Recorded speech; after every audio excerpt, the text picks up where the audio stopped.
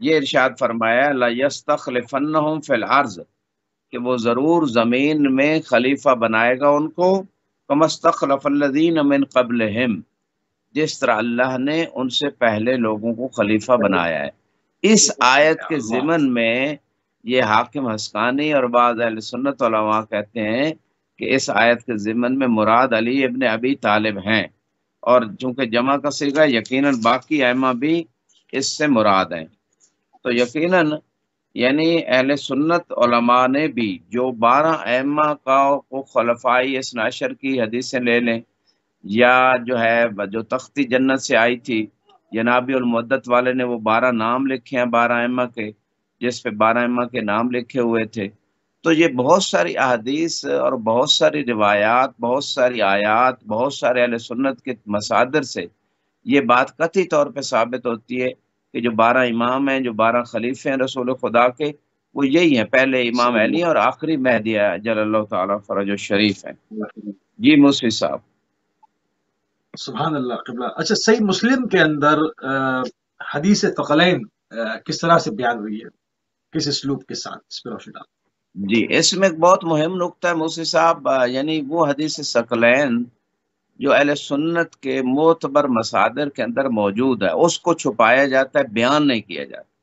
حتیٰ ان کے بڑے بڑے مفتی حیران ہوتے ہیں کہ ہم اتنا عرصہ پڑھتے رہے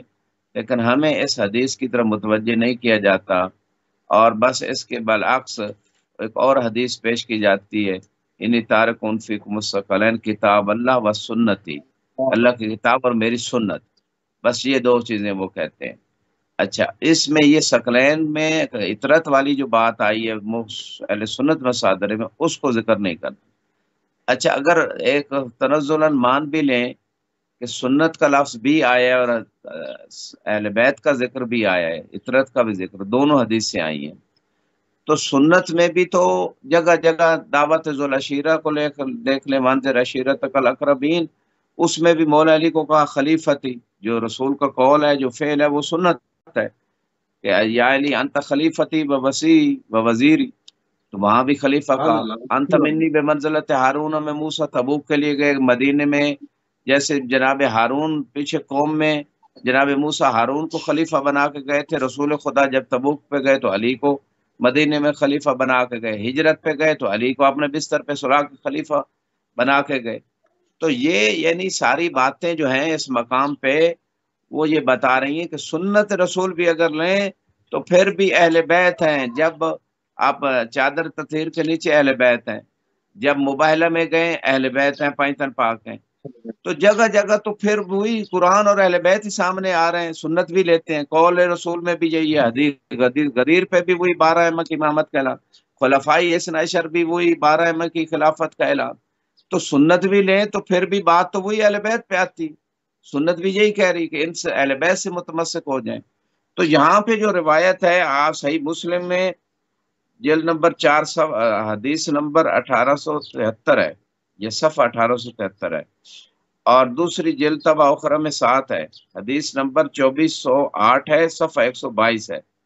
کتاب فضائل الصحابہ میں، یہ پہلی کتاب ہے۔ میں اس پہلی کتاب کا پھر باقی کتابوں کو بھی حوالے دیتا ہوں، پہلے حدیث پڑھ لیتا ہوں کہ حدیث ثقلین ہے کیا۔ جابر ابن عبداللہ انصاری اور ابی سعید خدری نے کہا کہ ہم نے رسول خدا کو دیکھا یوم عرفہ، فرما رہے تھے یا ایھا الناس انی ترکت فیکم، کہ میں تمہارے درمیان کو چھوڑ کے جا رہا ہوں، ما ان اخذتم بہی لن تضلوا، اگر اس چیز کو لے لو گے میرے بعد گمراہ نہیں ہوگے، کتاب اللہ و اطرتی اہل بیتی، ایک اللہ کی کتاب ہے، دوسری میری اطرت اہل بیت ہے، کتاب اللہ طرف بید اللہ عز و جل و طرف بیدیکم، اللہ کتاب ایک طرف اللہ کی طرف سے اور دوسری طرف آپ کے ہاتھوں میں ہے، فاستمسکوا بہ ولا تضلوا، کتاب سے اللہ کے قرآن سے متمسک رہنا، اس کے احکام پہ عمل کرتے رہنا، گمراہ نہیں ہوگے۔ والآخر اطرتی، دوسری چیز میری اطرت ہے، وَإِنَّ اللطیف الخبیر، کچھ لوگ اہل بیت کے اندر اور لوگوں کو شامل کرنے کی کوشش کرتے ہیں، لیکن جو حدیث قصہ ہے جو چادر کے نیچے آئے وہی اہل بیت ہے، اہل سنت مصادر نے بھی لکھا، اور جن کی رشتہ داری جناب سیدہ سے ہے وہ اہل بیت ہے، اللہ نے بھی ایسے ہی تعارف کروایا، لہٰذا وہ اس میں ڈنڈی نہیں مار سکتے جو ہے۔ وَإِنَّ لطیف الخبیر نبعنی انہما لن یفترقا حتی یارد علی الحوض۔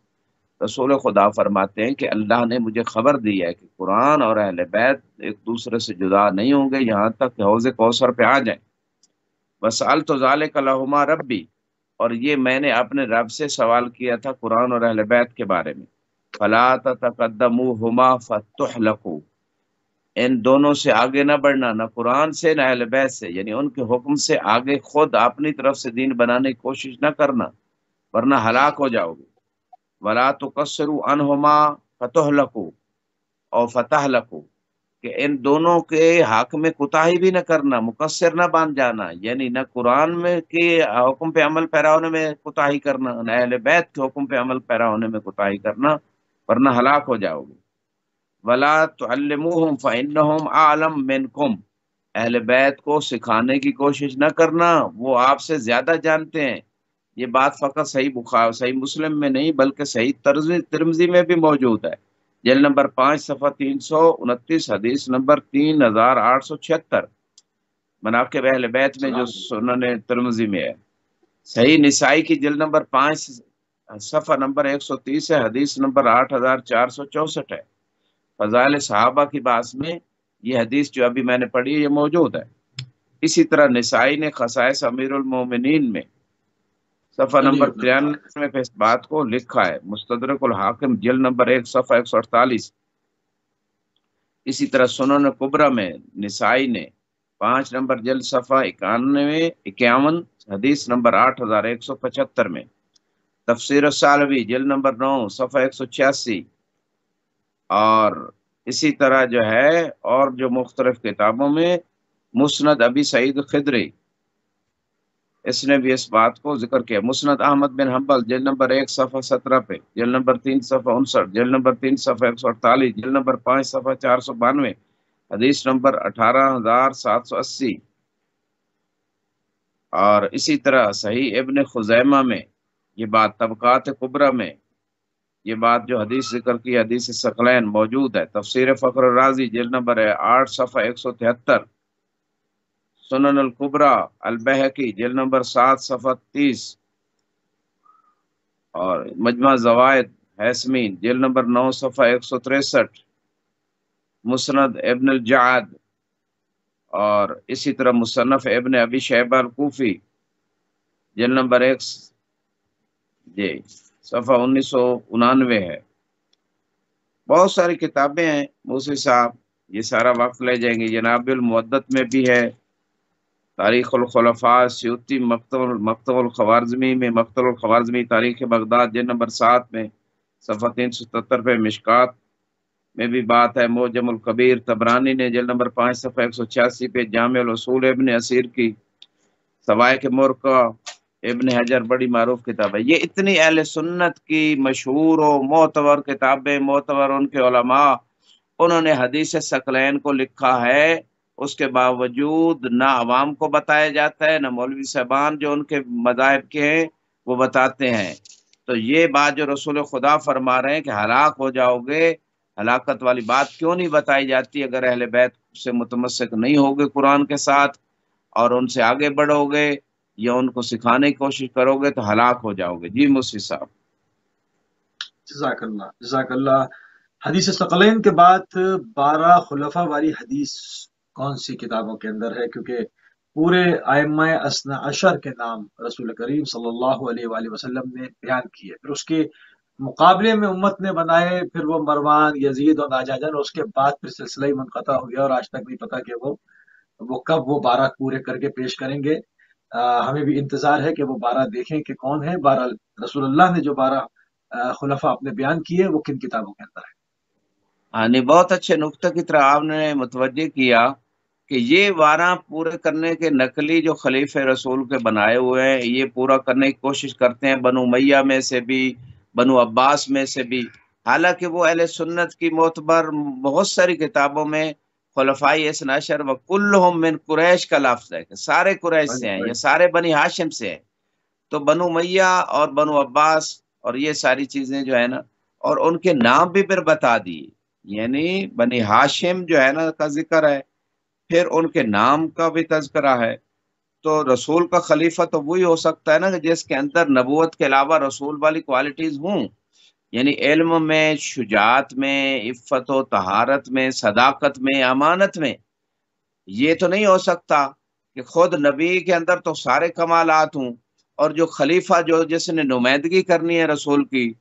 جس نے اس دین کو بتانا اور سمجھانا اور عمل کر کے دکھانا جو رسول لے کے آئے، اور اس کے اندر ساری خرابیاں ہوں، وہ مشرک بھی ہو، وہ کافر بھی رہا ہو، وہ جناب اس کے علاوہ امانت میں خیانت کرنے والا ہو، وہ جھوٹ بولنے والا ہو، وہ ظلم کرنے والا ہو، وہ قتل کرنے والا ہو، وہ دہشت گردی کرنے، یہ ساری خرابیاں خلیفہ رسول میں، جن کو ان لوگوں نے خلیفہ ڈکلیئر کر دیا ہے، یعنی ان کے اندر کوئی ایک صفت ہے جو جس کا خلیفہ بنایا جا رہا ہے؟ علم میں دیکھ لیں، شجاعت میں دیکھ لیں، امانت و صداقت و عفت و طہارت، کوئی ایک صفت ہے ان کے اندر؟ بھائی آج دنیا میں جج کا خلیفہ جج بنتا ہے، ٹھیک ہے، ڈاکٹر کا خلیفہ ڈاکٹر بنتا ہے، پروفیسر کی جگہ پروفیسر لیتا ہے۔ یہ تو نہیں ہو سکتا پروفیسر کی جگہ جاہل کو بٹھا دیں، ڈاکٹر کی جگہ کسی جو ہے نا جڈ آدمی کو بٹھا دیں، تو جج کی جگہ جو ہے نا جو جانتے ہی کچھ نہیں ہے قضاوت کے، اس کو بٹھا دیں۔ تو جس نے جانشینی کرنی ہے، جس نے نمائندگی کرنی ہے، اس کے اندر وہ کوالٹیز ہونی چاہیے، یہ عقلی سی بات ہے، لیکن لوگوں کو یہ چیزیں سمجھ نہیں آ رہی، ان کو گمراہ کیا گیا۔ بارکہ خلفائی اثنا عشر وکل من قریش، یہ بھی متواتر حدیث ہے، سنی شیعہ کتابیں بھری پڑی ہیں، یعنی یہ یقینی حدیث ہے، اس میں کوئی شک و شبہ نہیں، صحیح حدیث ہے کہ میرے 12 خلیفے ہیں، اور سارے بنی ہاشم سے ہیں، بعض روایتوں میں بعض میں قریش سے ہیں۔ اور جیسے میں نے کہا جنابی المعدت والے نے وہ نام بھی 12 ائمہ کے لکھ دیے، حتیٰ مسجد نبوی میں ابھی تک وہ 12 ائمہ کے نام لکھے ہوئے ہیں جو خلفاء عثمانی خلافت کے دوران ان کو لکھوایا گیا تھا۔ اور جب وہ ان کے ہاں بھی، یعنی یہ معلوم ہے کہ 12 ائمہ سے مراد اب بھی وہی 12 امام ہیں جو پہلے امام علی ہیں اور آخر امام مہدی علیہ السلام ہے، تو جو وہ معلوم بھی ہے پھر بھی ماننے کے لیے تیار نہیں۔ تو یہ روایت جو پہلی سنن بخاری میں جلد نمبر 8 صفحہ 127 پہ، مسند احمد بن حنبل میں جلد نمبر 5 صفحہ 93 پہ، سنن ترمذی جلد نمبر 3 صفحہ 340، یہ روایت جو پڑھنے جا رہا ہوں جابر ابن سمرہ سے، رسول خدا نے حجت الوداع پہ عرفات کے مقام پر ارشاد فرمایا تھا، یکون اثنا عشر امیرن کلہم من قریش،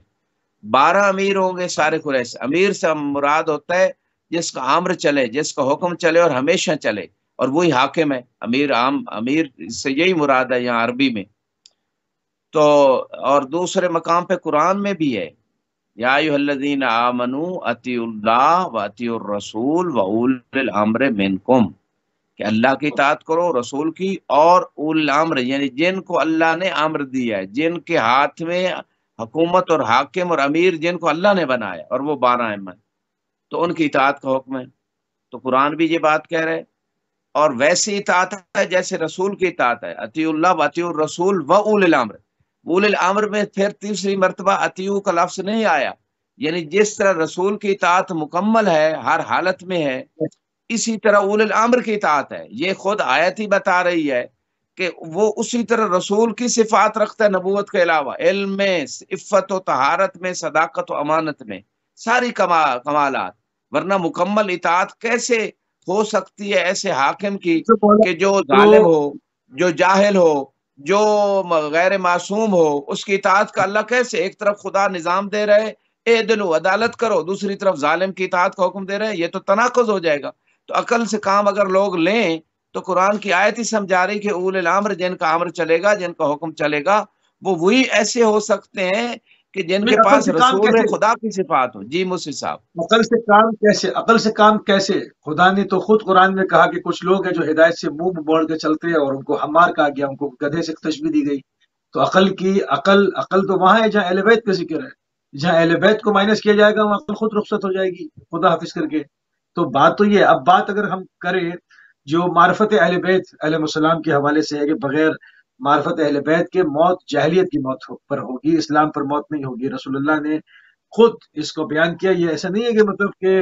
اس کو فور گرانٹیڈ لیا جائے کہ ہاں ٹھیک ہے، نہیں ٹھیک نہیں ہے، رسول اللہ کا فرمان ہے، جو ہے وہ ہے، اور جو انہوں نے کہا وہ ہو کے رہے گا، اس میں کوئی دو باتیں نہیں ہوں گی۔ تو جہاں پر امام کے بغیر موت جو ہے وہ جاہلیت کی موت کی گئی۔ اب اگر ہم دیکھتے ہیں اس وقت سامنے سوسائٹی میں دیکھتے ہیں تو امام شناسی پہ، ائمہ کے معرفت کے اوپر مطلب لوگوں کو منابر سے بتایا جاتا ہی نہیں، اس نام سے دور رکھا جاتا ہے، ادھر سے دور رکھا جاتا ہے، ان کے قریب نہ جانے پائیں۔ اور 12 ائمہ اثنا عشر کا رسول اللہ ذکر کر رہے ہیں، اور ان گروہوں کے لیے بھی جو اہل بیت سے ہٹ گئے اور ان کے یہاں 50 ائمہ اور ہو گئے، وہ بھی اس چیز کا جواب دیں اور اپنے لوگوں کو بتائیں کہ یہاں پر ائمہ اثنا عشر کا ذکر ہے، صرف 12 کا ذکر ہے، 13ویں کا ذکر نہیں ہے۔ تو پھر 40، 45 اور 50 کی لائن کیسی؟ قبلہ اس پہ بھی روشنی ڈالنا ہے۔ ہاں جی، بڑی اچھی بات کی آپ نے مفتی صاحب۔ وہ ایک قرآن میں ایک آیت ہے، لو کننا نسمع و نعقل ما کننا فی اصحاب السعیر، جنت جانے والے کہیں گے کہ کاش ہم سنتے اور سمجھتے، عقل کرتے، آج ہم جہنمی نہ ہوتے۔ تو غدیر پہ بھی سن کے سمجھا نہیں، اس کے بعد بھی مسلسل ان کو بتایا جا رہا ہے ہر زمانے میں، سنتے نہیں ہیں، سمجھتے نہیں ہیں، تو جہنمی تو پھر بنیں گے، قرآن یہ کہہ رہا ہے۔ اچھا، یہاں جو آپ نے بات کی کہ بڑی خوبصورت بات کی کہ یہاں پہ 12 ائمہ، 12 امیر، 12 خلفاء کا ذکر ہے اور نام بھی بتا دی اللہ کے رسول نے۔ تو پھر یہ جو 53 امام اور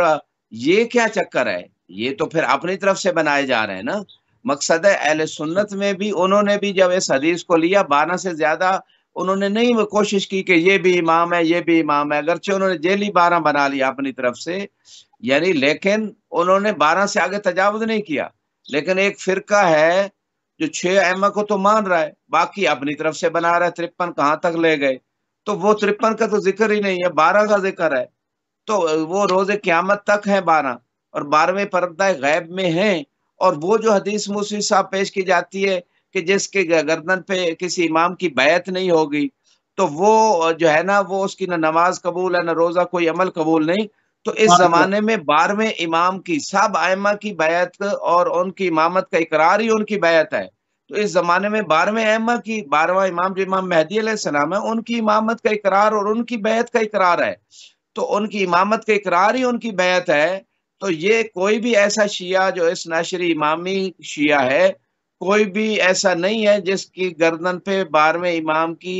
جو ہے نا امامت کی بیعت نہ ہو۔ سب 12ویں امام کو امام مانتے ہیں اور اس کے حکم کو اپنے اوپر لازمی سمجھتے ہیں۔ اچھا، یہاں پہ یہ بات جو ہے، اس روایت سے کوئی یہ نہ لے کہ بھائی موجودہ کوئی ظاہر اسی طرح موجود ہو، 53 نمبر امام، 50 نمبر امام، اس کی بیعت کرنی ہے۔ اس حدیث سے یہ بات بالکل سمجھ نہیں آتی، بلکہ اس حدیث سے مراد یہ ہے کہ جو آپ کے زمانے کا امام ہے، اس کی امامت کا آپ اقرار کریں، اس کی بیعت، یعنی بیعت کا مطلب ہوتا ہے اس کا حکم میرے تمام جان و مال ہر چیز پہ چلے گا، جو اس کا حکم ہوگا اس کو میں مانوں گا، یہ معنی ہے بیعت کا۔ اور یہاں پہ جو ہے کچھ لوگوں نے، ہاں، غیبت کبریٰ کے زمانے میں حجت جو یعنی اللہ نے اہل بیت کو حجت قرار دیا، 12 ائمہ کو مخلوق کے اوپر حجت قرار دیا، اور 12 ائمہ نے اپنے جو نمائندے تھے علماء فقہا، ان کو حجت قرار دیا۔ ہر زمانے میں ائمہ نے ایسا کیا، ان فقہا کی تعین کیا، ان کی طرف رجوع کا حکم دیا، اور ان سے فرمایا فتویٰ دو۔ غیبت کبریٰ میں بھی امام زمانہ علیہ السلام نے ایک نظام دیا ہے، اما الحوادث الواقعہ فارجعوا فیہا الی رواۃ حدیثنا فانہم حجتی علیکم وانا حجت اللہ، کہ غیبت کے زمانے میں نئے نئے مسائل میں بھی جیسے پرانے مسائل میں آپ رجوع کرتے ہو، اسی طرح نئے مسائل میں بھی رجوع کرو، یعنی پلٹو ان کی طرف جاؤ، ان سے پوچھو، وہ راوی حدیث جو ہماری روایتوں سے، ہمارے دیے ہوئے قوانین اور قواعد کلیہ سے آئندہ کے مسائل کا حل دیں۔ اور وہ راوی سے مراد یعنی فقہا ہے، ایسا راوی جو سمجھتا ہو حدیث سے آئندہ مسئلے کا حل، ورنہ آئندہ مسئلے کا حل فقط راوی کیسے دے گا جس کے پاس فقط روایت تو ہے لیکن نئے مسئلے کا حل کے لیے اس کے پاس روایت نہیں ہے۔ لیکن قانون اگر ہوگا اور اس قانون کو قاعدہ کلیہ سے، امام کے دیے ہوئے سے وہ آئندہ کے مسئلے کا حل دے گا، تو اس سے مراد وہ راوی جو فقیہ ہو، سمجھتا ہو روایتوں سے اچھا، آئندہ کے مسائل۔ تو مرتدین کا یہ بھی ذکر بات ہے، یہاں ہو رہی جی مرسی صاحب۔ مرتدین کا بھی ذکر ہے کہ اہل سنت مصادر میں ہے کہ کون سے لوگ مرتد ہو گئے ہیں۔ جب ہم کہتے ہیں تو وہ کہتے ہیں اچھا جی سارے مرتد ہو گئے سوائے چند لوگوں کے جو جنازے میں شریک تھے، جو بدر باٹ میں نہیں گئے اور جو ہے وہ تدفین میں آئے رسالت مآب کی۔ باقی آپ تو کئی 100 لوگوں کی لسٹ دے رہے ہیں کہ جی سب مرتد ہو گئے، مگر اہل سنت مصادر کے اندر بھی مرتدین کا ذکر ہے۔ وہ ذرا بربلا فرمانے، چند دقیقے میرے پاس موجود ہیں۔ جی، تو اس مقام پہ موسی صاحب میں یہ کہنا چاہوں گا، چاند دقیقے ہیں آپ کے پاس؟ جی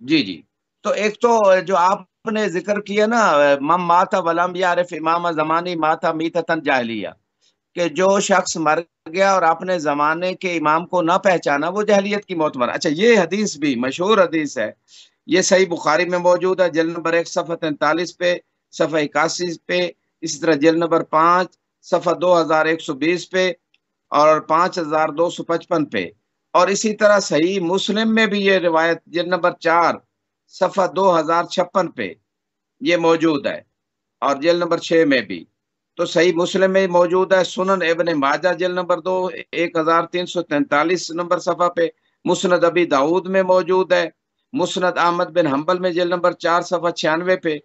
اور اسی طرح ہماری کتابوں میں کافی میں اور بعض کتابوں میں۔ تو یہ اتنی مشہور حدیث، اتنی معتبر اہل سنت کی کتابوں اور تشیع کے مصادر میں، کہ جو اپنے زمانے کے امام کو نہیں پہچانا وہ جاہلیت کی موت مر گیا، اور قرآن کہہ رہے یوم ندعو کل اناس بامامہم، کہ ہم ہر شخص کو اس کے امام کے ساتھ بلائیں گے۔ تو زمانے کا امام ہر زمان، یا علی انت ہادی لکل قوم، جیسے قرآن نے بھی کہا انت منذر ولکل قوم ہادن، اے حبیب آپ ڈرانے والے اور ہر قوم کے لیے ہم نے ایک ہادی مقرر کیا ہے۔ یا علی انا منذر وانت الہادی، رسول خدا نے فرمایا میں منذر ہوں اور آپ ہادی ہیں، ہر زمانے کے لیے ایک ہادی ہے، ہر زمانے کے لیے ایک امام ہے۔ تو لوگوں نے ان تمام چیزوں کو اگنور کر دیا، کتابوں میں موجود ہونے کے باوجود، اور لوگوں کو نہیں بتایا گیا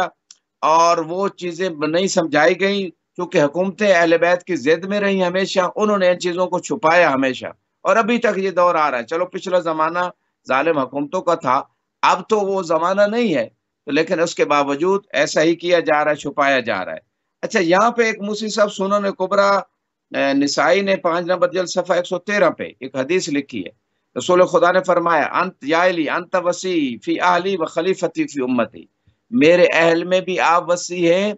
اور میری امت میں آپ خلیفہ ہیں۔ اس بات کو بہت سارے علماء اہل سنت نے لکھا، لسان المیزان میں ابن حجر نے لکھا، میزان الاعتدال میں ذہبی نے لکھا، اسی طرح مناقب علی ابن ابی طالب جو اہل سنت مست کتاب ہے ابو بکر بن مردوے نے لکھا، اور اسی حدیث کو بہت ساری کتابوں میں لکھا گیا ہے۔ تو مختصر یہ کہنا چاہتا ہوں کہ یہ ساری باتیں، اور بس آخری بات جو آپ کہہ رہے ہیں مرتد ہونے والی بات جو ذکر ہوئی ہے اور وہ کہاں پہ ہے، یہ میں آپ کی خدمت میں ایک تو آیتیں آپ کی خدمت میں پیش میں نے کی ہیں پہلے بھی، پھر بھی پیش کر دیتا ہوں کہ افئم ماتا او قتل انقلبتم علی اعقابکم، کہ اگر رسول فوت ہو گئے یا قتل ہو گئے تو آپ اپنے پچھلے پاؤں لوٹ جاؤ گے۔ یہ قرآن کی جو آیت ہے یہ بالکل واضح ہے کہ کچھ لوگ ایسے تھے جن کے بارے میں بتایا جا رہا تھا کہ وہ رسول خدا کے بعد وہی جاہلیت کی طرف لوٹ جائیں گے۔ اب وہ روایتیں موسی صاحب اگر ٹائم ہے تو میں اس کو لے کے چلوں، مختصر یہ کہتا ہوں کہ اہل سنت مصادر میں کہ روز قیامت حوض کے پاس کچھ اصحاب آئیں گے،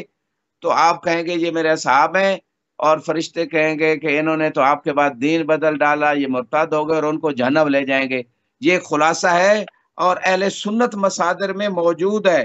جامع الاصول ابن اسیر نے بھی اس بات کو ذکر کیا ہے، صحیح بخاری نے اس کو ذکر کیا ہے، اسی طرح جو ہے کتاب الفتن میں یہ بات موجود ہے، اور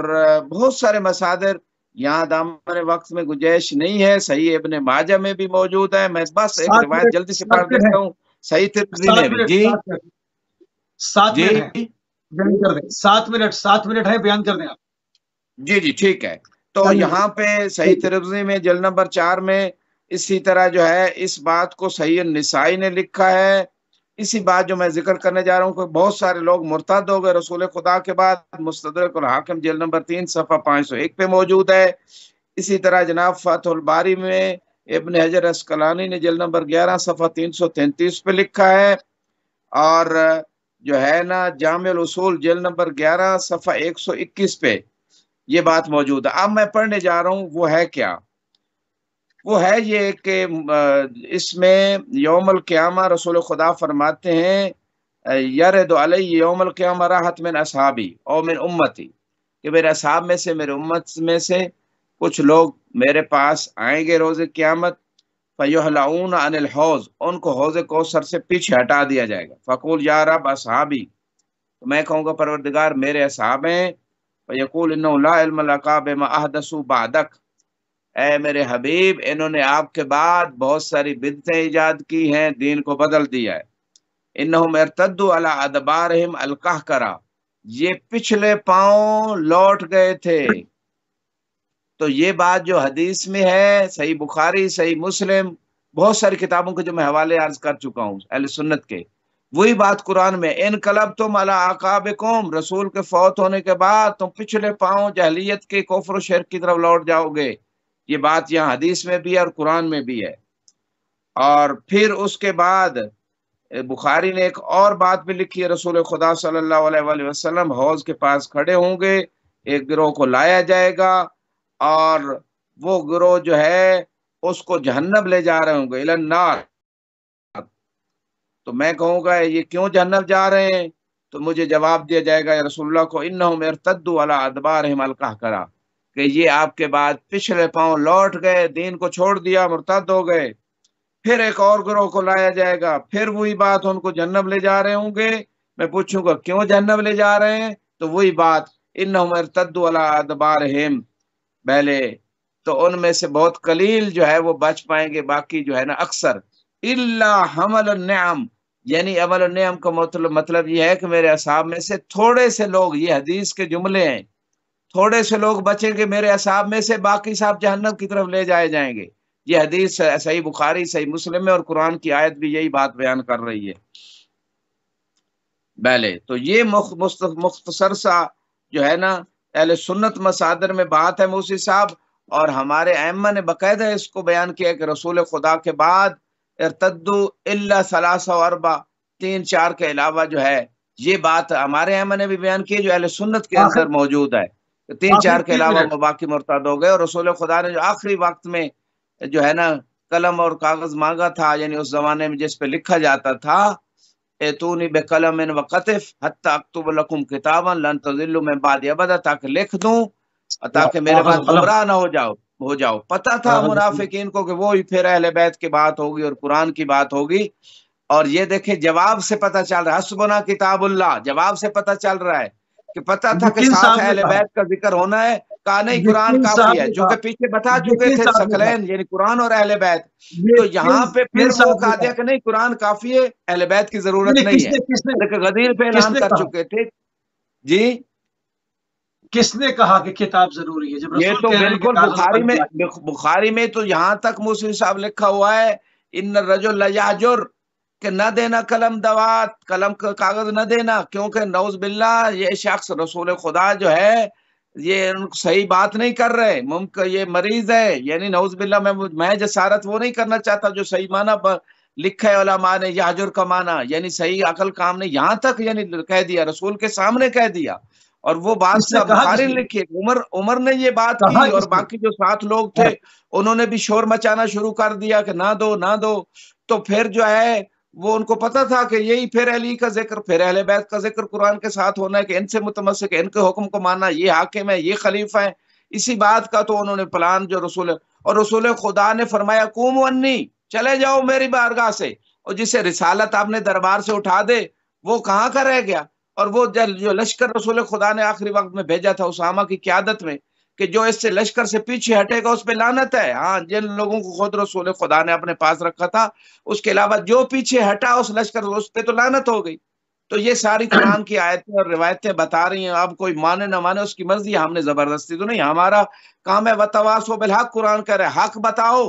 یہ حق ہے اہل سنت بھائیوں کا بھی، تمام فرقوں کا، تمام انسانوں کا، ان کو حق بتایا جائے، یہ ہم ادا کریں، کوئی زبردستی نہیں ہے، نہیں آنا چاہتا کوئی اہل بیت کی طرف، وہ اہل بیت ایسی شخصیت ہے کہ آپ مانیں گے تو پھر ان کی شان بڑھے گی، وہ اللہ کی بارگاہ میں ان سے بڑی شان والا ہے ہی کوئی نہیں، محمد وآل محمد کے علاوہ کائنات میں کوئی اتنی بڑی شان والا ہے ہی نہیں، ان کی شان اسی طرح رہے گی، آپ کا نقصان ہوگا، مان لو گے تو فائدہ ہے، نہیں مانو گے تو آپ کا نقصان ہے، ماننے میں آپ کا نقصان کوئی نہیں ہے، ان کی بات ماننے میں۔ ایک طرف راستہ وہ ہے جو صاف سیدھا راستہ ہے، صراط مستقیم، اہل بیت کا راستہ، اصلی دین، سچا دین، دوسری طرف صحابہ میں سے کچھ لوگوں کا ٹھیک باتیں بھی تھیں، کچھ غلط بھی تھیں، کچھ گمراہی کی، تو آپ لوگوں نے اگر نقلی چیزیں لینی ہے، اصلی نقلی ملی ہوئی مکس چیزیں تو آپ کی مرضی ہے، اصلی لینی ہے تو اہل بیت کا راستہ ہے، کوئی زبردستی نہیں۔ جی موسی صاحب سلامت رہیں۔ جزاک اللہ قبلہ، جزاک اللہ، انتہائی مشکور ہیں اور انتہائی ممنون ہیں کہ آپ نے ایک مرتبہ پھر اپنی شدید مصروفیت کے باوجود اہل بیت ٹی وی کو اپنا قیمتی ٹائم دیا۔ ہمارا موضوع ولایت امیر المومنین یعصب الدین حضرت علی بن ابی طالب علیہ السلام در کتب اہل سنت، تمام اسلامی بڑے بڑے جو مصادر ہیں اس میں کہاں کہاں پر مولا امیر المومنین کی ولایت کا تذکرہ کن الفاظوں کے ساتھ ہے اور کن جملات کے کن کلمات کے ساتھ ہے، اس میں سے کچھ مختصراً اپنے وقت میں رہتے ہوئے کوشش کی کہ آپ کی خدمت میں، آپ کے محضر میں جو ہے وہ آپ کی خدمت عالیہ میں پیش کیا جائے، اور اسی کے ساتھ ہمارے پروگرام کا ٹائم تمام ہو گیا۔ جاتے جاتے ان تمام ناظرین کو جنہوں نے ہمیں ابھی ابھی جوائن کیا، ایک مرتبہ پھر آج کی شب کا پرسہ پیش کریں گے۔ آج کی شب قیامت کی شب، شربت ضربت امیر المومنین علیہ السلام کی شب ہے، تو ایک مرتبہ پھر تمام